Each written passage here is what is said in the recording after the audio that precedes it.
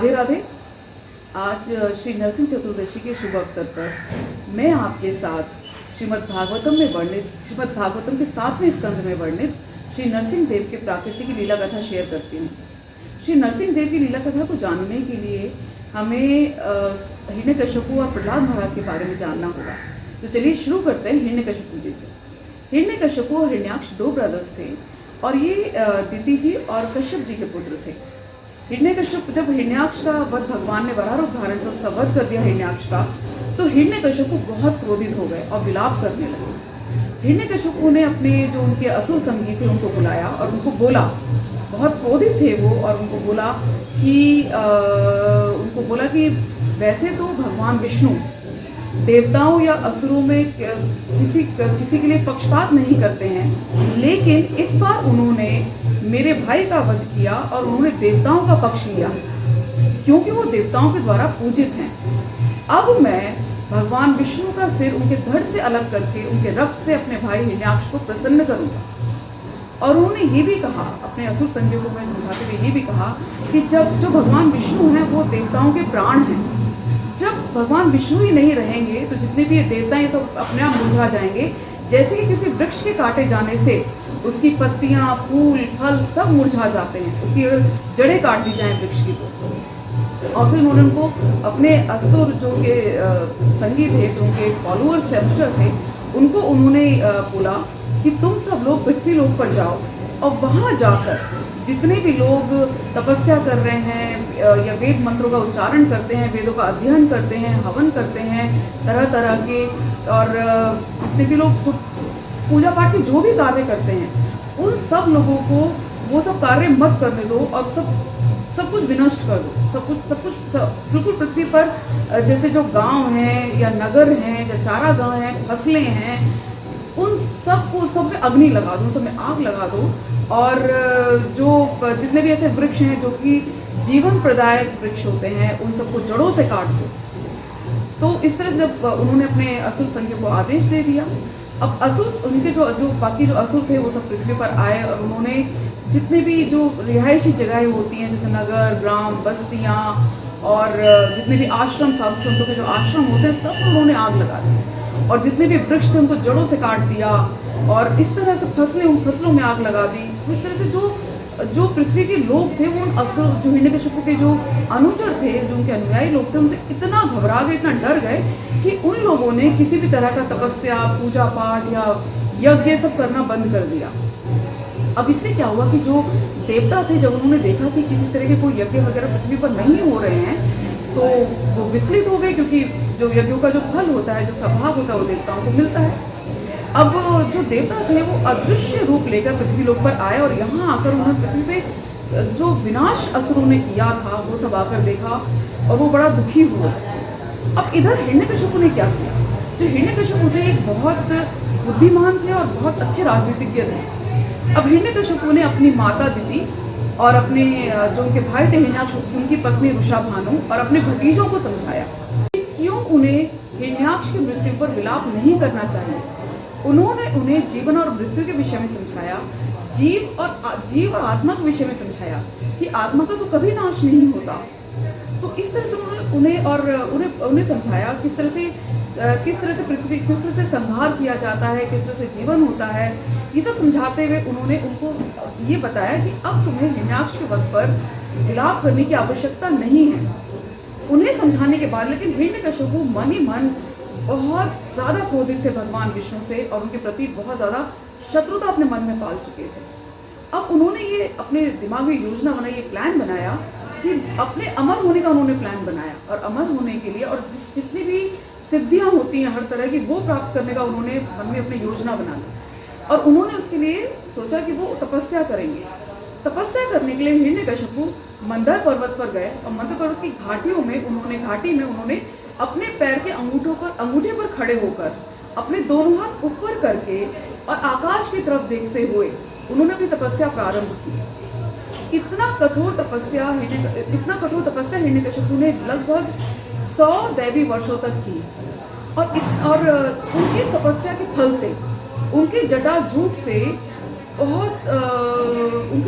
से जैसे जो प्रलयकालीन सूर्य की किरणें होती हैं, ऐसी किरणें उनकी जगह रूप से प्रकट हुई और उनके सर से अग्नि प्रकट हुई।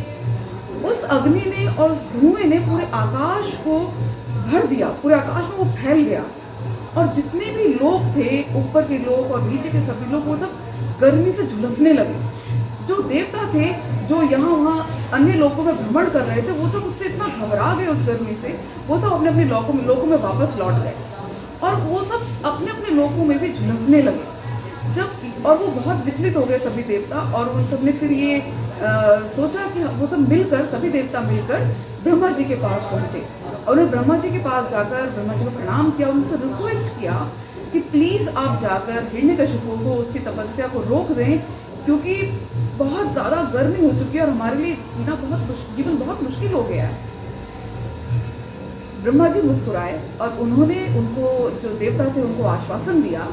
फिर ब्रह्मा जी अपने साथ कुछ महर्षियों को लेकर, जैसे कि दक्ष जी हैं, भृगु जी हैं, इत्यादि महर्षियों को लेकर ब्रह्मा जी पहुँचे उस जगह पर जहाँ पर हिरण्यकशिपु तपस्या कर रहे थे।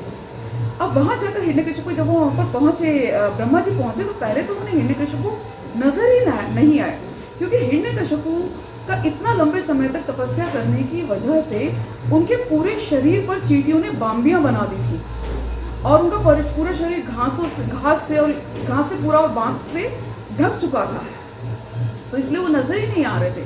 फिर जब ब्रह्मा जी को हिरण्यकशिपु का पता चला कि यहाँ पर है, तो ब्रह्मा जी मुस्कुराए, क्योंकि हिरण्यकशिपु के पूरे, और बड़े विस्मित भी थे ब्रह्मा जी उनका इतनी कठोर तपस्या देखकर, क्योंकि हिरण्यकशिपु के रक्त, मांस और उनका जो जितना भी त्वचा होती है, वो सब चींटियां और कीड़े खा चुके थे और सिर्फ उनकी अस्थियों से, हिरण्यकशिपु की अस्थियों से ही उनकी प्राणवायु संचालित हो रही थी।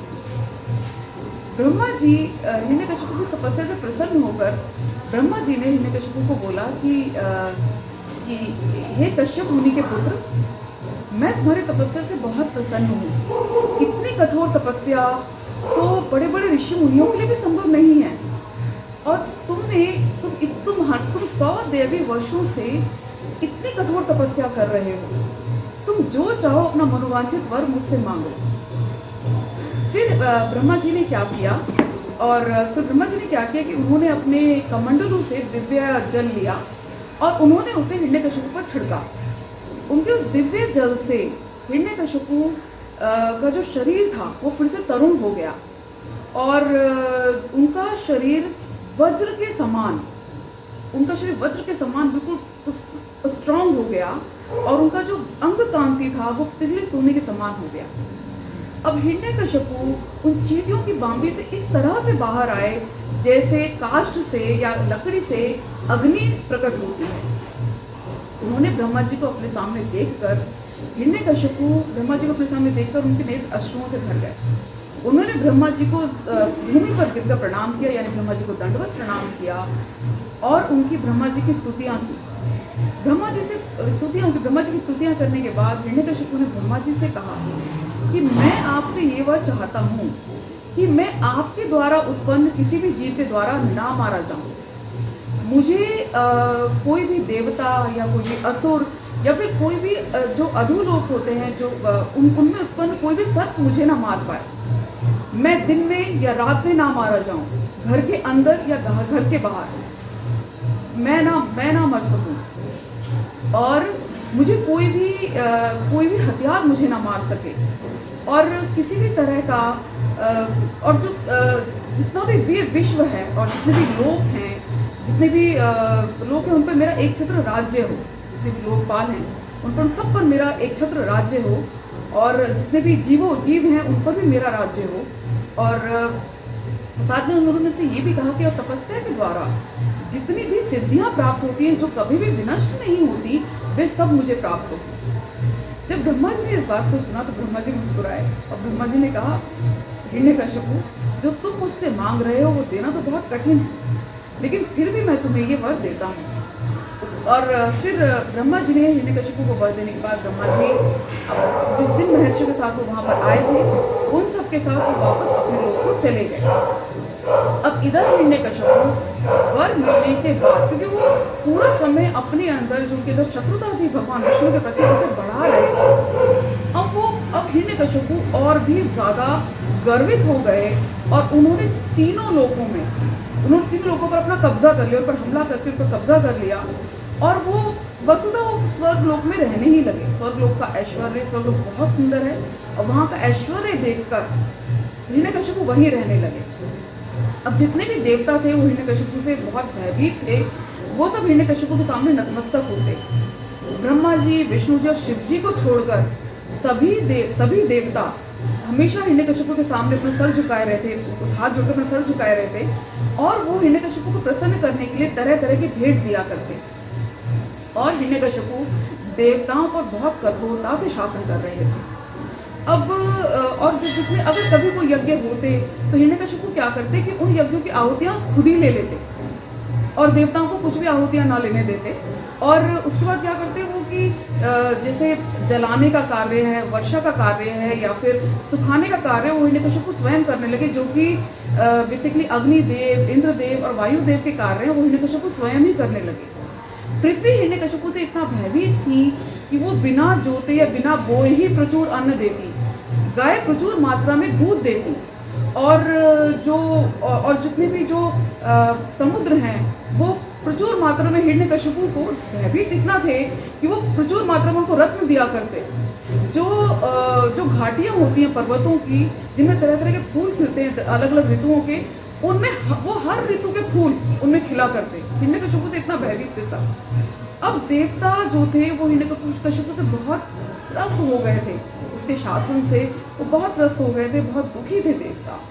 ऐसे शासन करते हुए हिरण्यकशिपु को बहुत लंबा समय बीत गया। अब जो देवता थे वो सबने मिलकर ये प्लान किया कि हमें भगवान विष्णु की शरण में जाना चाहिए, उनसे रिक्वेस्ट करना चाहिए कि वो हिरण्यकशिपु को रोकें। अब उन्होंने उन सब ने मिलकर भगवान विष्णु की पूजा की।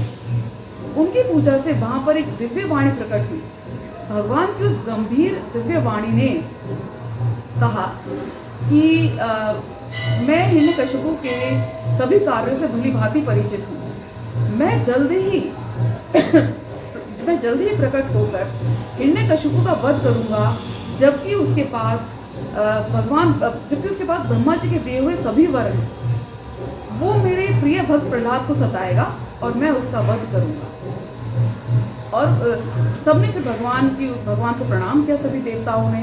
और फिर सभी देवता भगवान के द्वारा आश्वस्त होने के बाद सभी देवता वहाँ से आश्वस्त होकर अपने अपने लोक को चले गए। चलिए अब चलते हैं प्रहलाद महाराज की तरफ। जो प्रहलाद महाराज हैं ये हिरण्यकशिपु और कयाधु जी के पुत्र हैं। हिरण्यकशिपु के 4 पुत्र थे, जिनमें से एक थे प्रहलाद।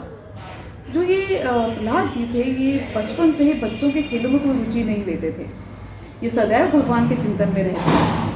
प्रहलाद महाराज दिव्य गुणों की खान थे और इनके गुणों का यशोगान करना वैसे तो संभव नहीं है, लेकिन आज भी जो वैष्णव संत हैं और जो भक्त हैं वो इनके गुणों का यशोगान करते हैं।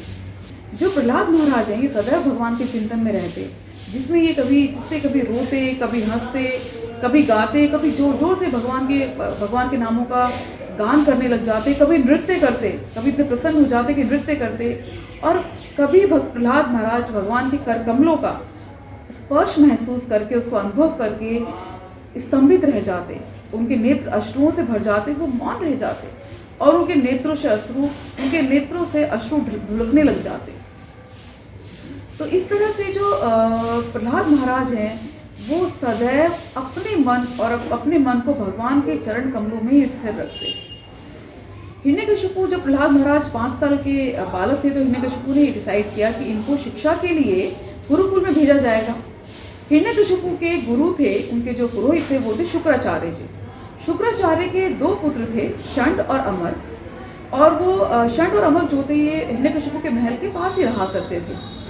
तो हिरण्यकशिपु जी ने डिसाइड किया कि वो इनको षंड और अमर के गुरुकुल में इनको भर्ती कराएंगे और वहाँ पर उनको एडमिशन दिला दिया गया। प्रहलाद महाराज को वहाँ पर भेजा गया शिक्षा ग्रहण करने के लिए। फिर प्रहलाद महाराज वहाँ पर उनको जो शिक्षा दी जा रही थी षंड और अमर के द्वारा वो था अर्थशास्त्र और राजनीति शास्त्र। लेकिन प्रहलाद जी को राजनीति शास्त्र बिल्कुल भी पसंद नहीं आता था, क्योंकि राजनीति किसी को अपना शत्रु, किसी को अपना मित्र बताती है। अब जो प्रहलाद जी थे लेकिन प्रहलाद भक्त होने के लिए, जो भक्त होते हैं वो समदर्शी होते हैं, वो किसी को अपना शत्रु या किसी को अपना मित्र नहीं मानते। तो प्रहलाद जी को ये विषय बिल्कुल पसंद नहीं आता था, लेकिन फिर भी वो वहाँ रह रहे थे, शिक्षा ग्रहण कर रहे थे। एक दिन हिरण्यकशिपु ने बड़े दुलार से अपने बालक प्रहलाद को अपनी गोदी में बिठाया और उन्हें दुलारते हुए उनसे पूछने लगे कि बताओ तुमने गुरुकुल में क्या सीखा और तुम्हें सबसे अच्छा क्या लगता है, सर्वश्रेष्ठ क्या लगता है।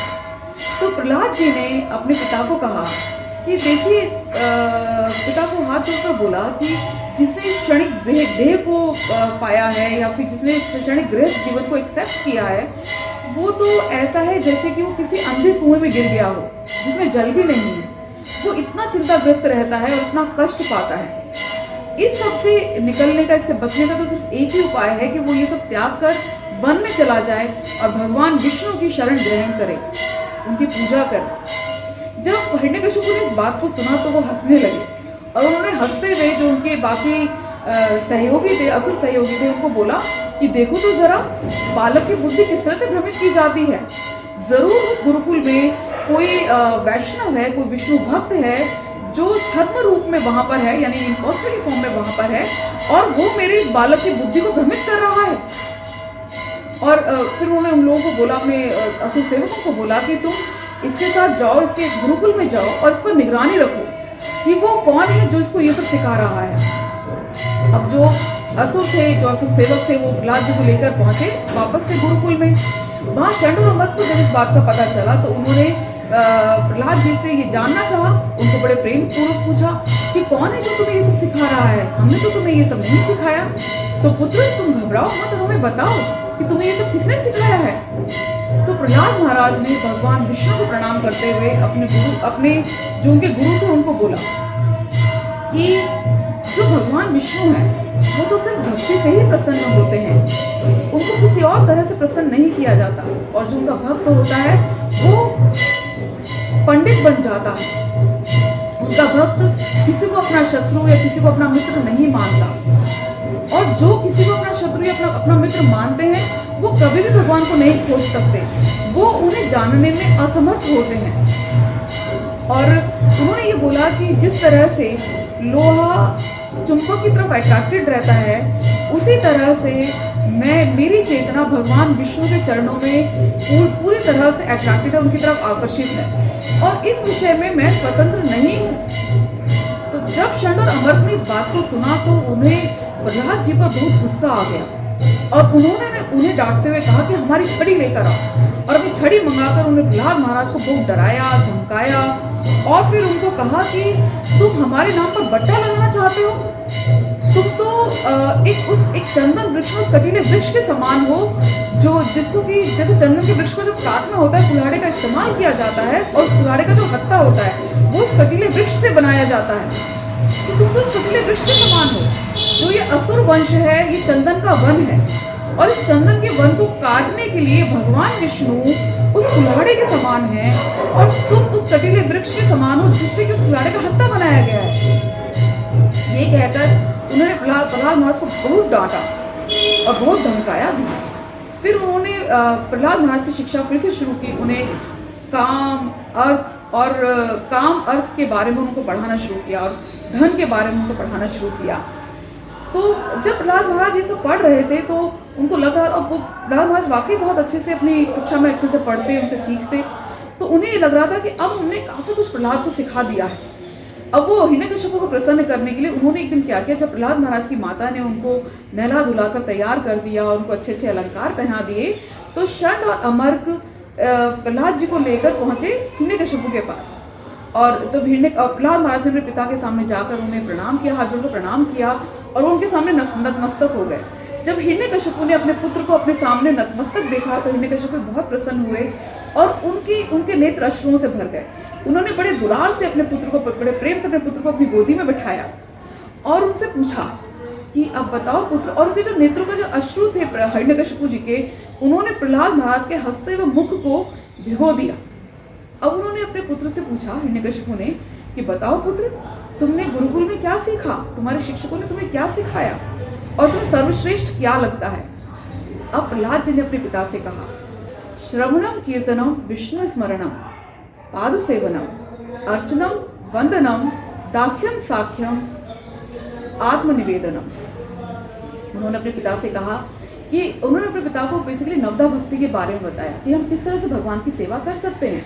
उन्होंने कहा भगवान की सेवा उनके नामों का श्रवण करके, उनके नामों का कीर्तन करके, उनकी लीलाओं का श्रवण करके, उनका स्मरण करके, उनकी तरह तरह की लीलाओं का स्मरण करके और उनके चरण कमलों की सेवा करके, उनका अर्चन करके, उनका वंदन करके और उनको अपने आप को उनका दास समझकर, उनको अपना मित्र समझकर, भगवान को अपना मित्र समझकर अपना सर्वस्व भगवान को अर्पित कर भगवान की सेवा करनी चाहिए, भगवान विष्णु की सेवा करनी चाहिए। जैसे ही हिरण्यकशिपु ने इस बात को सुना वो बहुत क्रोधित हो गए और उन्होंने जो उनके गुरु पुत्र थे षंड, जो शुक्राचार्य जी के पुत्र षंड, उनको संबोधित करते हुए बोला कि तुमने मेरे पुत्र को यह क्या सिखा दिया, तुमने मेरी आज्ञा का उल्लंघन किया है, अभी मैं तुम्हें बताता हूँ। तो जो षंड थे उन्होंने हिरण्यकशिपु को बोला कि नहीं, इसे राजन, ये मैंने इसको नहीं सिखाया है, जो ये भक्ति है वो इसके अंदर स्वतः ही प्रकटित है। अब जो हिरण्यकशिपु थे उनको प्रहलाद जी पर बहुत क्रोध आ गया और उन्होंने प्रहलाद को पूछा कि तुम्हें ये सब कैसे पता, तुम्हें ये सब किसने सिखाया है, तुमने किससे सीखा है ये सब कुछ। प्रहलाद महाराज ने अपने पिता को उत्तर दिया कि भौतिकता में का जो अभ्यस्त व्यक्ति होता है वो ऐसे अंधे व्यक्ति के समान है जो कि दूसरे अंधे व्यक्ति को रास्ता भटका सकता है और उसे सही रास्ता नहीं दिखा सकता। जीवन का परम लक्ष्य है भगवान विष्णु की सेवा करना, उनके चरण कमलों की शरण ग्रहण करना। तो जब और मनुष्य जीवन जो होता है उसके कष्टों से मुक्ति पाने का सिर्फ एक ही उपाय है, वो है भगवान विष्णु की सेवा। जब हिरण्यकशिपु ने इस बात को सुना तो उन्हें बहुत क्रोध आ गया और उन्हें क्रोधित होकर प्रहलाद जी को बोला कि तुम हमारे वंश, तुम दुर्बुद्धि हो, हमारे परिवार में सबसे अधम हो, तुम हमारे परिवार के महत्व को घटा रहे हो। और उन्होंने गुस्से में फिर अपने जो असुर लोग थे, जो उनके सेवक थे, उनको आदेश दिया कि जैसे शरीर का जब कोई अंग खराब हो जाता है, गल जाता है, तो उसे काट दिया जाता है, इस तरह से जब जो पुत्र है वो प्रतिकूल हो जाए तो उसका त्याग कर देना चाहिए, उसी तरह से तुम इसका वध कर दो, ये मेरा पुत्र कहलाने योग्य नहीं है। तो और उन्होंने लिया और प्रहलाद महाराज उनकी गोदी में बैठा रखा था, उन्हें उठाकर उन्हें जमीन पर जोर से उन्हें भूमि पर पटक दिया। अब जो असुर लोग थे, उनके संगी थे, उन्होंने अपने अपने त्रिशूल निकाले, उनके सेवक थे, और वो अपने त्रिशूलों से प्रहलाद महाराज के कोमल अंगों को छेदने लगे। और जो प्रहलाद जी थे वो भगवान का ध्यान करने लगे। ऐसा लग रहा था मानो प्रहलाद जी पर उनके जो त्रिशूल थे, उनके प्रहार का कोई असर ही नहीं हो रहा था और वो बिल्कुल शांत थे। प्रहलाद उससे किसी भी तरह से विचलित नहीं थे। जब हिरण्यकशिपु ने ये देखा कि वो किसी भी तरह से प्रहलाद का इस तरह से तो वध नहीं किया जा सकता, ये तो बिल्कुल विचलित नहीं है, बिल्कुल भयभीत नहीं हुआ, तो अब हिरण्यकशिपु ने प्रहलाद जी को मारने के लिए, उनका वध करने के लिए अलग अलग उपायों के बारे में सोचना शुरू कर दिया। उन्होंने कभी प्रहलाद जी को जो मत्त हाथी होते हैं उनके पांवों में फेंक दिया। फिर जब वहां कामयाब नहीं हुए तो उन्होंने क्या किया, प्रहलाद जी को ऊंचे पहाड़ की चोटी से नीचे गिरवा दिया। कभी उन्होंने उनको तेज अग्नि में डलवा दिया, कभी ठिठुरती ठंड में छोड़ दिया, कभी तेज हवा में छोड़ दिया, उनको जहर देकर मारने की कोशिश की। विषय बहुत ज़्यादा अच्छा वाला विष उनको देकर मारने की कोशिश की गई और उनके ऊपर तरह तरह के जो विध्वंसक जादू होते हैं, मायावी जादू होते हैं, उससे उनको मारने की कोशिश की गई, लेकिन किसी भी तरह से हिरण्यकशिपु कामयाब नहीं हुए। अब हिरण्यकशिपु को चिंता हो गई कि इसके अंदर इतना बल कैसे है, ये अपने बल से किस तरह से इन सब चीज़ों से बच सकता है। और हिरण्यकशिपु बड़े चिंताग्रस्त हो गए। अब उन्हें ये लगने लगा कि कहीं मैं प्रहलाद से शत्रुता कर कहीं ऐसा तो नहीं कि इसकी वजह से मेरी मृत्यु हो जाए। फिर दूसरा थॉट उनके दिमाग में एकदम से ये भी हो गया, नहीं, क्या पता मैं ना भी मरूं इस तरह से, मैं यूं ही सोच रहा हूँ। पर उनकी चिंता एवरी डे बाई डे बढ़ रही थी। जब षंड और अमर्क ने हिरण्यकशिपु को इतना चिंतित देखा तो वो उनके पास आए, षंड और अमर्क उनके पास आए और उन्हें एकांत में उन्होंने कहा कि आप इतनी चिंता क्यों करते हैं। आप अगर अपनी जो भौहें हैं उन्हें जरा हिला भी दें तो सभी लोगों के नायक बिल्कुल घबरा जाते हैं, डर जाते हैं। आपको इस छोटे से बालक से, इस 5 वर्ष के बालक से भयभीत होने की, इसकी चिंता करने की कोई आवश्यकता नहीं है। हम इस बालक को गुरुकुल में लेकर जाएंगे और इसे और अच्छे से सिखाएंगे। अभी जो हमारे गुरु हैं शुक्राचार्य, आप उनको आने दीजिए और ये उनकी सेवा करेगा, और उनकी सेवा करने से ये सब कुछ अच्छे से सीख जाएगा और ये सब कुछ भूल जाएगा। और वैसे भी जैसे जैसे ये बड़ा होगा वैसे वैसे ये इन सब बातों को भूल जाएगा, भक्ति इस तरह की बातों को भूल जाएगा। इसलिए आप इसकी बिल्कुल कोई चिंता ना करें। अब हिरण्यकश्यप उनकी बात सुनकर इस बात के लिए राजी हो गए और उन्होंने अपने पुत्र प्रहलाद को फिर से गुरुकुल में भेज दिया। अब क्या हुआ, जब प्रहलाद गुरुकुल में आ गए, फिर से उनकी शिक्षा प्रारंभ हो गई। अब जब उनकी शिक्षा प्रारंभ हुई, उनको फिर से सिखाया जाने लगा। उनको फिर से जो राजसी कर्तव्य होते हैं उनके विषय में सिखाया जाने लगा, जो असुरों के जो कर्तव्य होते हैं सब कुछ उनको सिखाया जाने लगा। लेकिन प्रहलाद महाराज को इन सब चीज़ों में तो कोई रुचि थी नहीं। अब क्या होता है कि जब उनके जो गुरु थे ये षंड और अमर, जब ये अपने घरेलू कार्यों में व्यस्त होते हैं, या जैसे स्कूल में फ्री पीरियड होता है तो बच्चों को खेलने का मौका मिल जाता है, तो जब उनके सहपाठियों को उन्हें जो खेलने का मौका मिल जाता तो उनके सहपाठी उन्हें खेलने के लिए बुलाते अपने साथ, तरह तरह के खेल खेला करते, उन्हें अपने साथ बुलाया करते। तो लेकिन प्रहलाद क्या करते कि जब वो उनके बीच में जाते तो वो उन सब बालकों को, जो उनके सहपाठी थे, उन सबके साथ बैठकर उनसे हरि चर्चा करते, उन्हें भगवान के उपदेश सुनाते, उनकी लीलाएं सुनाते, उन्हें भगवान के बारे में बताते, भक्ति के विषय में बताते, और क्यों अब किस तरह से भक्ति जो है जीवन का चरम लक्ष्य है इसके विषय में बताते। अब जो उनके सहपाठी थे, उनके जो मित्र थे, उनको ये बड़ी क्यूरियोसिटी हो गई कि तुम्हें ये सब कैसे पता है, तुम ये सब कैसे जानते हो। उन्होंने प्रहलाद महाराज से बात को पूछा। तो जब उन्होंने प्रहलाद महाराज से इस विषय में पूछा तो प्रहलाद जी ने उन्हें कहा कि जिस समय मेरे पिता हिरण्यकश्यप तपस्या करने के लिए चले गए थे, ब्रह्मा जी को प्रसन्न करने के लिए चले गए थे, तो देवताओं ने ये देखकर कि अब जो असुर ये वीक हो चुके हैं, इनका अब शासक हिरण्यकश्यप नहीं है, तो देवताओं ने असुरों पर आक्रमण कर दिया। और देवताओं ने जब असुरों पर आक्रमण कर दिया तो जो असुर थे वो यहाँ वहाँ तितर बितर हो गए, देवताओं के भय से यहाँ वहाँ बिखर गए। और उस समय मेरी माता कयाधु वो गर्भवती थी, मैं उनके गर्भ में था। तो जब इंद्रदेव ने देखा कि कयाधु जी जो है वो गर्भवती हैं और इनके गर्भ में भी एक असुर है, तो जैसे ही ये असुर बालक जन्म लेगा हम इसका वध कर देंगे, इसको मार देंगे। ये सोचकर जो इंद्रदेव थे वो कयाधु जी को अपने साथ लेकर जाने लगे। जब इंद्रदेव कयाधु जी को अपने साथ लेकर जा रहे थे तो कयाधु जी बहुत जोर जोर से अपनी रक्षा के लिए चिल्ला रही थी। तभी वहां पर नारद जी प्रकट हुए। नारद जी ने प्रकट होकर इंद्रदेव को समझाया कि जो इनके गर्भ में जो बालक है वो असुर होने के बावजूद भगवान का परम भक्त है, तो आप इन्हें छोड़ दें और उस बालक को मारने का जो विचार है आपके दिमाग में उसे त्याग दें। अब जो इंद्रदेव थे उन्होंने नारद जी की बात को मानकर कयाधु जी को छोड़ दिया। अब नारद जी कयाधु जी को लेकर अपने आश्रम में आ गए और उन्होंने जब वो अपने आश्रम में उनको ले आए कयाधु जी को, तो कयाधु जी वहां पर नारद मुनि की सेवा करने लगी और नारद मुनि कयाधु जी को भगवान के उपदेश सुनाते, उनकी लीलाएं सुनाते। अब जो बालक थे प्रहलाद जी, जो उनके गर्भ में थे, अपनी माता के गर्भ में थे, उन्होंने गर्भ में ही नारद मुनि से भगवान के बारे में शिक्षा ग्रहण की, भक्ति के विषय में शिक्षा ग्रहण की, भगवान के उपदेश सुने।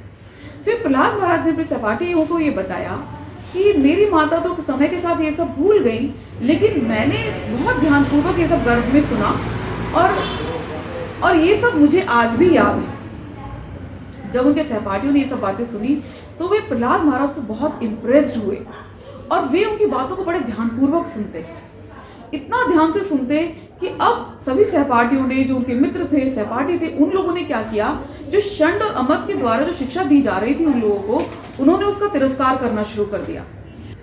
अब जब षंड और अमर ने ये देखा कि प्रहलाद महाराज की संगति में बाकी बालक भी बिगड़ रहे हैं, बाकी असुर बालक भी सब बिगड़ रहे हैं, तो वो बड़ा क्षुब्ध हो गए, बहुत दुखी हो गए और उन्होंने क्या किया, वो प्रहलाद महाराज को लेकर पहुंचे हिरण्यकश्यप जी के पास में।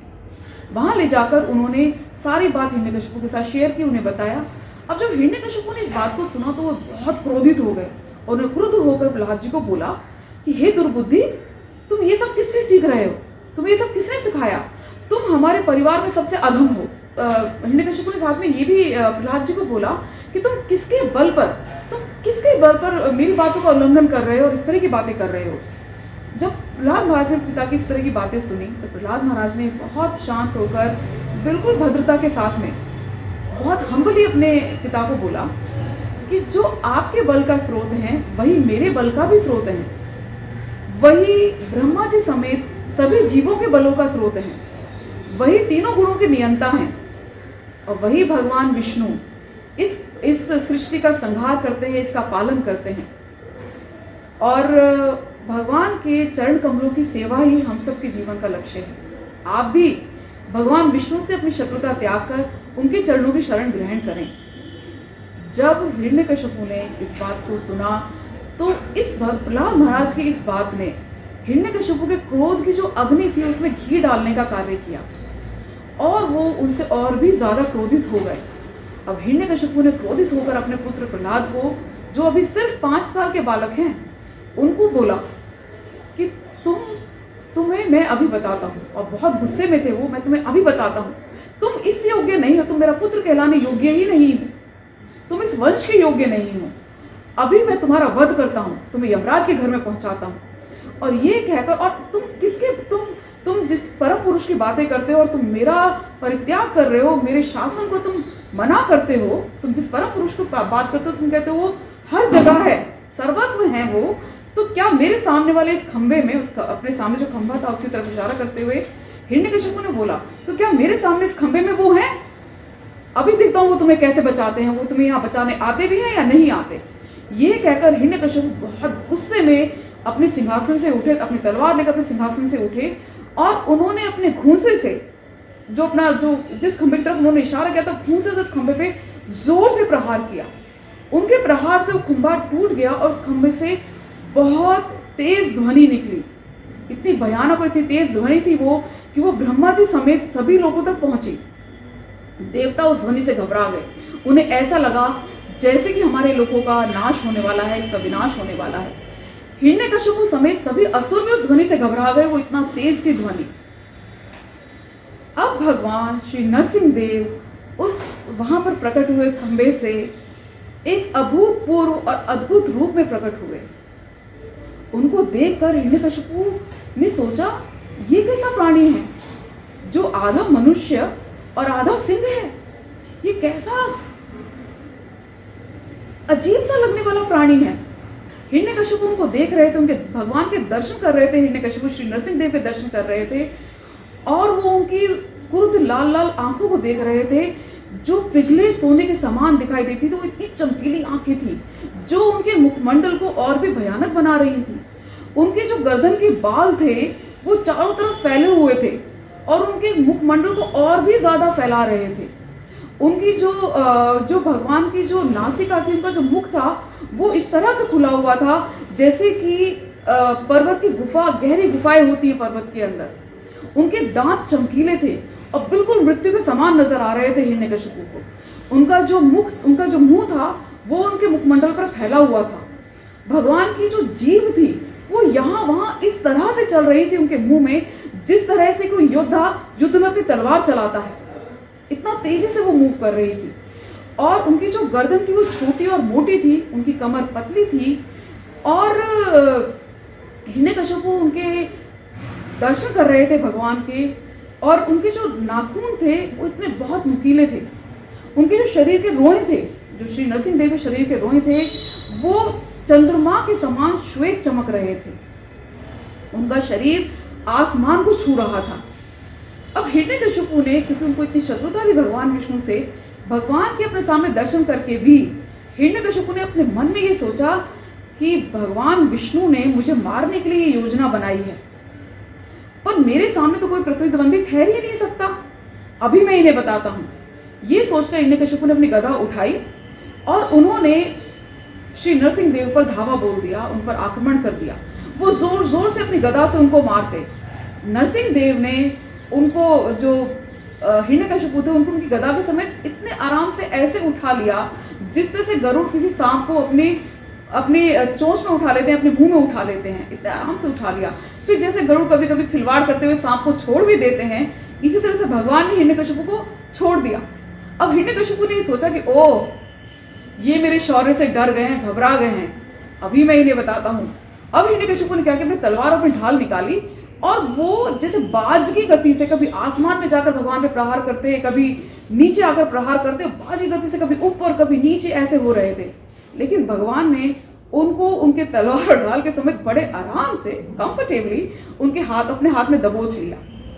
अब हिरण्यकशिपु भगवान की जो ग्रिप थी उसमें छटपटाने लगे कि भगवान ने उन्हें बहुत दबोच रखा था अच्छे से, वो छटपटाने लगे, उनसे छूटने के लिए छटपटाने लगे।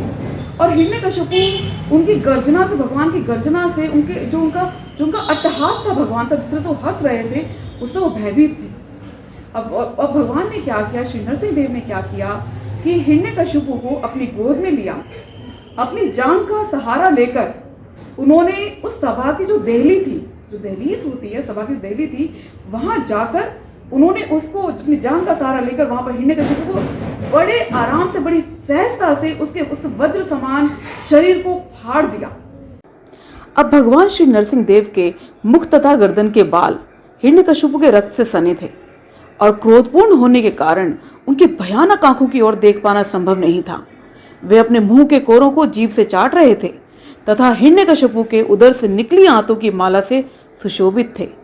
वे उस सिंह की भांति प्रतीत हो रहे थे जिसने अभी अभी किसी हाथी को मारा हो। उनकी जलती आंखों से आकाश के नक्षत्रों का तेज मंद पड़ गया था। उनके श्वास से समुद्रों में उफान आ गया। उनकी गर्जना से संसार के सारे हाथी भय से चिंघाड़ने लगे। भगवान के शारीरिक तेज के प्रकाश से आकाश और समस्त दिशाओं का जो प्राकृतिक प्रकाश होता है ना, वो घट गया और वहां जितने भी असुर थे वो ये सब देखकर बहुत भयभीत थे। अब उन्होंने और भगवान ने क्या किया, श्री नरसिंह देव ने क्या किया, हिरण्यकशिपु को हृदय को निकाला और एक तरफ फेंक दिया। जो वहां उनके सैनिक थे वो वहां पर भगवान से लड़ने के लिए आ गए अपने अपने अस्त्र लेकर। श्री नरसिंह देव ने बड़े कंफर्टेबली अपने नाखूनों से उन सबका भी वध कर दिया। जैसे कोई बांधों को चीर देता है, ऐसे उस तरह से उन्होंने बड़ा कंफर्टेबली उनका भी वध कर दिया। अब भगवान इतने क्रोधित थे, श्री नरसिंह देव इतने क्रोधित होकर उन्होंने इधर उधर देखा और फिर वो जाकर वहां पर जो सिंहासन था उस पर जाकर बैठ गए।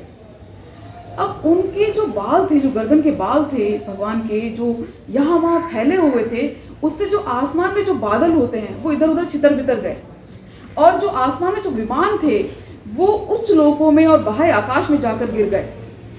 भगवान के चरण के दबाव से, उनके चरण कमलों के दबाव से पृथ्वी अपनी यथास्थिति में संभल नहीं पा रही थी एक्चुअली वो, और जो पर्वत थे वो अपनी जगह से उछल गए। सभी भगवान इतने क्रोधित थे, सभी उनसे भयभीत थे, सभी देवी देवता भगवान से बहुत भयभीत थे। लेकिन जब देवताओं ने ये देखा कि भगवान ने हिरण्यकशिपु का वध कर दिया तो बड़े प्रसन्न भी थे।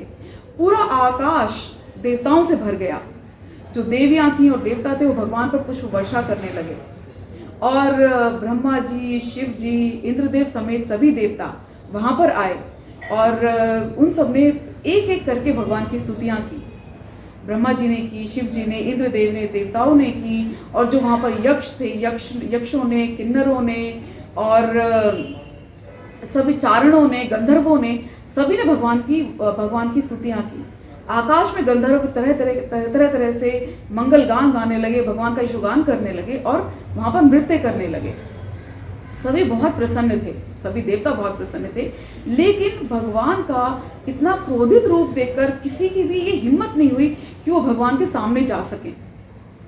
अब सबने फिर लक्ष्मी जी से प्रार्थना की, सभी देवताओं ने लक्ष्मी जी से प्रार्थना की कि वो भगवान के सामने जाएं और उन्हें शांत करें। लेकिन लक्ष्मी जी ने भी भगवान का इतना असामान्य रूप पहली बार देखा था, तो वो भी हिम्मत नहीं कर सकी भगवान के सामने जाने की।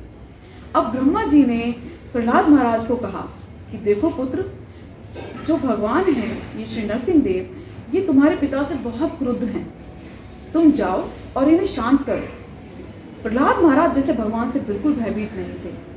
प्रहलाद महाराज हाथ जोड़कर धीरे धीरे भगवान के सामने पहुंचे और उन्होंने भगवान के सामने जाकर भूमि पर गिरकर भगवान को दंडवत प्रणाम किया।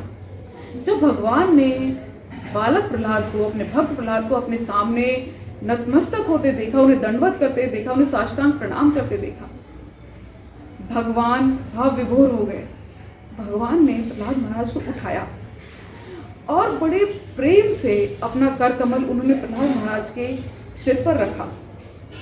उनके कर कमल के स्पर्श से प्रहलाद महाराज के सभी कल्मश और सभी जितनी भी उनकी भौतिक इच्छाएं थी, जैसे सब भूल गई। उन्हें किसी तरह की कोई भौतिक इच्छा नहीं थी। वे बहुत प्रसन्न हो गए, उनके नेत्र अश्रुओं से भर गए। अब प्रहलाद महाराज ने भगवान के सामने हाथ जोड़कर उनकी स्तुतियां करनी चाहिए। तो उन्होंने भगवान से कहा कि मैंने असुर वंश में जन्म लिया है, मैं तो किसी भी तरह से योग्य नहीं हूँ कि मैं आपकी स्तुतियां कर सकूं। सभी बड़े बड़े ऋषि मुनिगण, देवता लोग आपकी स्तुतियां उत्तम श्लोकों से करते हैं, मैं तो बिल्कुल भी इस लायक नहीं हूँ, मैं बिल्कुल भी इसके योग्य नहीं हूँ। आप तो सिर्फ और सिर्फ किसी की भक्ति से प्रसन्न होते हैं, किसी जीव की भक्ति से प्रसन्न होते हैं। किसी की संपत्ति आपको, किसी का धन आपको कभी भी प्रसन्न नहीं कर सकता। मैं अपने बुद्धि से आपकी स्तुतियां करने का प्रयास कर रहा हूँ। प्रहलाद महाराज ने भगवान की स्तुतियां की। भगवान ने जब प्रहलाद महाराज की स्तुतियां सुनी, भगवान प्रसन्न हो गए। अब श्री नरसिंहदेव बिल्कुल शांत थे, बहुत प्रसन्न थे। उन्होंने प्रसन्न होकर प्रहलाद महाराज को कहा, प्रहलाद, मैं तुमसे बहुत प्रसन्न हूँ पुत्र प्रहलाद, तुम जो चाहे वर मुझसे मांगो, मैं सभी की सभी इच्छाएं पूर्ण कर सकता हूँ, तुम जो चाहे मांग सकते हो। अब प्रहलाद महाराज ने भगवान के सामने हाथ जोड़कर कहा, मैं तो पहले ही असुर वंश में जन्म लेने के कारण भौतिकता से बहुत ज़्यादा आसक्त हूँ, इस मटेरियल वर्ल्ड में बहुत ज़्यादा आसक्त हूँ, मेरी बुद्धि इसी के अंदर है। अब आप मुझे वरों का लालच दे रहे हैं, कृपया आप मुझे से ना ललचाएं, और यदि आप मुझे कोई वर देना चाहते हैं तो मुझे आप अपने चरण कमलों की सेवा दें। और उन्होंने ये भी कहा कि जिस तरह से कोई दास, जो दास होता है, वो जो उसका स्वामी होता है, अगर वो उसकी सेवा इसलिए करता है कि उससे कुछ लाभ होगा, उससे कुछ मिलेगा, तो वो उसका कैसा दास है? वो तो अच्छा दास है ही नहीं। और मैं आपका दास हूँ, मैं आपका सेवक हूँ, और आप मेरे स्वामी हैं, तो मैं कैसे इस तरह कोई इच्छा कर सकता हूँ आपसे? आप सिर्फ और सिर्फ मुझे अपने चरण कमलों में भक्ति दें, उसकी शरण दें। भगवान ने प्रसन्न होकर प्रहलाद महाराज से कहा कि पुत्र प्रहलाद, तुम्हारे जैसा भक्त, तुम्हारे जैसा मेरा परम भक्त ना तो इस जीवन में, ना अगले ही किसी जीवन में किसी भी तरह के मटेरियल चीज़ों की कोई कामना करता है। तुम यहाँ पर अपने पिता के राज्य को, इस मनवंतर तक अपने पिता के राज्य को संभालो, और तुम यहाँ रहकर सदैव मेरे, और उन्हें आदेश दिया प्रहलाद महाराज को कि तुम सदैव मेरे चिंतन में रहना, मेरे उपदेशों को सुनना, मेरे विचारों को सुनना, सदैव मेरे विचार में ही रहना, क्योंकि मैं हर किसी के हृदय में निवास करता हूँ। फिर भगवान ने प्रहलाद जी से बोला कि तुम यहाँ पर ही अपने हर तरह के पाप कर्म, पुण्य कर्म सभी को खत्म करके तुम मेरे लोक में आ जाओगे, तुम मेरे लोक में लौट आओगे। उन्होंने प्रहलाद महाराज को यह आशीर्वाद दिया भगवान ने। अब जब प्रहलाद महाराज ने भगवान से ये सब सुना, तो उन्होंने भगवान के सामने, बालक प्रहलाद ने भगवान के सामने हाथ जोड़कर उनसे रिक्वेस्ट करते हुए कहा कि हे परमेश्वर, मैं जानता हूँ कि मेरे पिता ने आपसे बहुत शत्रुता की है। उन्होंने सदैव आपको अपना शत्रु माना, क्योंकि वो आपको अपने भाई का हत्यारा मानते थे, क्योंकि आपने उनके भाई का वध किया था। लेकिन मैं आपसे, ये मेरी हम्बल रिक्वेस्ट है, मैं आपसे रिक्वेस्ट करता हूँ कि प्लीज़ आप मेरे पिता को भी पवित्र कर दें और उन्हें क्षमा कर दें। जब भगवान ने प्रहलाद महाराज की ये बात सुनी, तो भगवान ने प्रहलाद जी से बोला कि प्रहलाद, तुम्हारे पिता और तुम्हारी जो 21 पीढ़ियाँ हैं, वे तो पहले ही पवित्र हो चुकी हैं, क्योंकि तुमने इस कुल में जन्म लिया है।